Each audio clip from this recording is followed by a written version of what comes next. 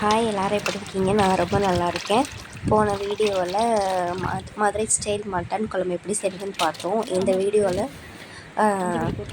தலைக்கறி குழம்பு எப்படி செய்கிறதுன்னு பார்க்கலாங்க. ரெண்டும் ஒரே ப்ராசஸ் தான். வாங்க எப்படி செய்கிறதுன்னு பார்க்கலாம். அதுக்கு நான் இன்றைக்கி ஒரு ஆட்டோட தலை வாங்கியிருக்கேன். தலையில் மூளை எல்லாமே கொடுப்பாங்க. நான் வந்து மூளையை பாப்பாவுக்கு வச்சுட்டேன். தலைக்கறியை மட்டும் வாங்க எப்படி செய்கிறதுன்னு பார்க்கலாம். இப்போது நான் அடுப்பில் எண்ணெய் ஊற்றிக்கிறேன். எண்ணெய் சூடாகட்டும். அதுக்குள்ளே நம்ம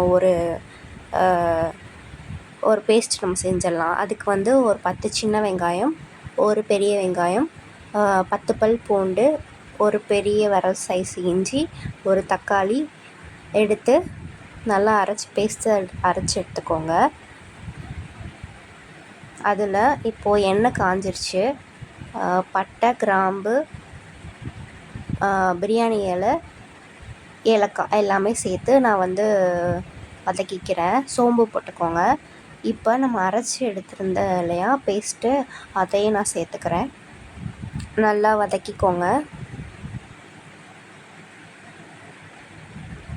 அம்மாவை செய்ய சொன்னேன். அம்மா வேண்டாம், நான் செய்யலை, நீ செய், நான் சொல்ல நீ செய் அப்படின்னு சொன்னாங்க. அவங்க வீடியோக்கு வரதுக்கு கொஞ்சம் பயப்படுறாங்க. நானே ஃபேஸ் தெரியாமல் தான் வீடியோ போடுறேன். வரமாட்டுறாங்க, வீடியோவுக்கு வரமாட்டுறாங்க. ஸோ என்ன செய்ய சொன்னாங்க. நான் அவங்க சொல்ல நான் பண்ணேன். நல்லா மஞ்சத்தூள் போட்டு அம்மா நல்லா கறியை வந்து நல்லா கழுவி எடுத்துக்கிட்டாங்க.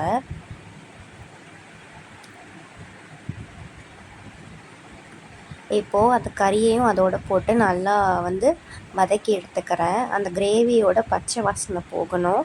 அந்த தக்காளி, வெங்காயம், இஞ்சி, பூண்டு, பச்சை மிளகா அதோட வந்து ராஸ்மெல் வந்து போகணும். அது வரைக்கும் நல்லா வதக்கி எடுத்துக்கோங்க. இப்போது நான் வந்து தேங்காய் ஒரு 3 சில் தேங்காய் எடுத்திருக்கேன். அதை வந்து நல்லா மிக்சியில் போட்டு அரைச்சி எடுத்துக்கிறேங்க. இப்போது நம்ம வதக்கின கறியோட கொஞ்சோண்டு தனி மிளகாய் தூள் எடுத்து போட்டுக்கோங்க. காரத்துக்காக போட்டுக்கோங்க. அதோட அது வந்து நல்லா வதங்கணுங்க. நல்லா அந்த எண்ணெயிலேயே அந்த மிளகாத்தூள் வதங்கும் போது கலர் வந்து செம்மையாக கிடைக்கும். இப்போ அதோடயே நான் வந்து தேங்காவையும் நான் சேர்த்துக்கிறேன். அதையும் நல்லா வதக்கி எடுத்துக்கோங்க.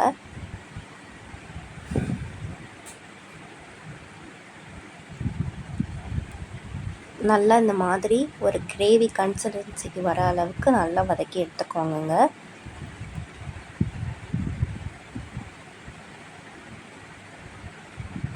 இப்போது அதோட அம்மா வீட்டில் அரைச்ச மிளகாத்தூள் வந்து அம்மா வந்து செம்மையாக அரைப்பாங்க மிளகாத்தூள். அதையும் நான் சேர்த்துக்கிறேன். அது வந்து 2 ஸ்பூன், ஒரு குழிக்கரண்டி, சின்ன குழிக்கரண்டி இருக்கும்ல, அதில் ஒரு கரண்டி எடுத்தாலே போதும். நல்லா திக்காக கிடைக்கும் குழம்பு. இப்போ அதோட மட்டன் மசாலாவும் கொஞ்சம் போட்டுக்கிறேன். எனக்கு அந்த ஃப்ளேவர் ரொம்ப பிடிக்கும். ஸோ அந்த மட்டன் மசாலாவும் சேர்த்துக்கிறேன். இப்போது அதோட ஒரு ஸ்பூன் அளவுக்கு நான் கல்லுப்பு எடுத்து போட்டுக்கிறேன். அதோட தண்ணி ஆட் பண்ணி நல்லா கலக்கி விட்டுக்கிறேன். எல்லாம் வந்து நல்லா மிக்ஸ் ஆகணும். ஒரு கொதி வரவும் மூடி போட்டு மூடி ஒரு 10 விசில் வரணுங்க. தலை வந்து புத்துன ஆடாக இருந்துச்சுன்னா ஒரு 10 விசில், கொஞ்சம் எலசாக இருந்துச்சுன்னா ஒரு 5 விசில்லேயே நல்லா வெந்துடும். நான் இன்றைக்கி 10 விசில் விட்டு எடுத்திருந்தேன். சூப்பராக வந்திருந்தது குழம்பு.